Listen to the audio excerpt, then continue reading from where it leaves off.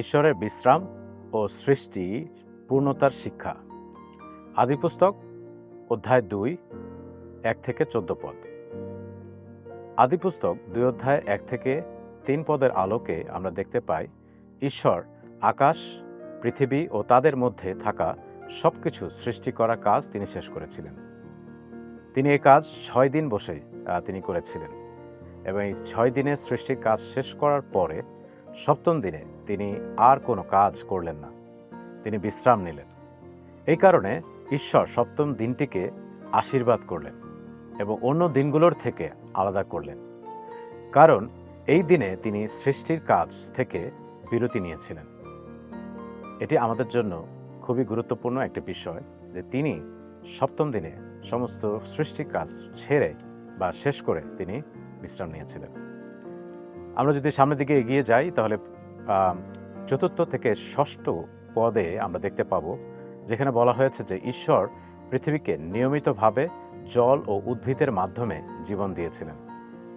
তিনি প্রতিটি নদী, জলাধার ও উদ্ভিদ মানুষের জীবন ও প্রকৃতির সৃষ্টির জন্য গুরুত্বপূর্ণ করে তুলেছিলেন। এটি আমাদের মনে করায় যে ঈশ্বরের সৃষ্টিতে স্থিতিশীলতা ও নিয়ম সবকিছুই ছিল। আমাদের জীবনেও ধৈর্য, নিয়ম এবং প্রার্থনার মাধ্যমে স্থিতিশীলতা আনা উচিত। যদি আমরা 7 থেকে 14 পদে দেখি, এখানে মানুষকে বিশেষভাবে সৃষ্টি করা হয়েছে এবং ঈশ্বর তাকে এদন বাগানের জন্য দায়িত্ব প্রদান করেছিলেন। মানুষকে দেওয়া হয়েছিল বাগানের যত্ন নেবার ও পৃথিবীর ও প্রকৃতির সমস্ত কিছুর বিষয়ে দায়িত্বশীল হবার। নদী, উদ্ভিদ ও প্রাণী সবই মানুষের জন্য পরিকল্পিতভাবে তৈরি করা হয়েছিল, কিন্তু এর সাথে এসেছে একটি সতর্কতা ও দায়িত্বের বিষয়।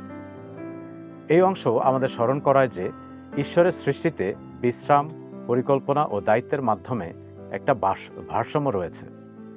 আমাদের জীবনেও যদি তার নির্দেশনা অনুযায়ী পরিচালিত হয়, আমরা শান্তি, পূর্ণতা ও দায়িত্বপূর্ণ জীবন যাপন করতে পারি। ঈশ্বর আমাদের শক্তি দেন যাতে আমরা আমাদের জীবন ও প্রকৃতির যত্ন নিতে পারি। তাই আমাদের প্রার্থনা হওয়া উচিত এরকমভাবে যে, প্রিয় প্রভু যীশু, আমাদের জীবনকে তোমার নির্দেশনা অনুসারে পরিচালিত করো। আমাদের মন ও হৃদয় পূর্ণ শান্তি ও স্থিতিশীলতার ভরে তোলো। আমাদের কাজ এবং সম্পর্ক আমাদের মহিমা প্রকাশ করুক, যেটির মাধ্যমে ঈশ্বর সম্পূর্ণ মহিমা যেন লাভ করতে পারে। আমাদের প্রতিদিনের জীবন দিয়ে ঈশ্বর তোমার সৃষ্টির প্রতি আমাদের শ্রদ্ধা প্রদর্শন করতে সাহায্য করো। আমেন।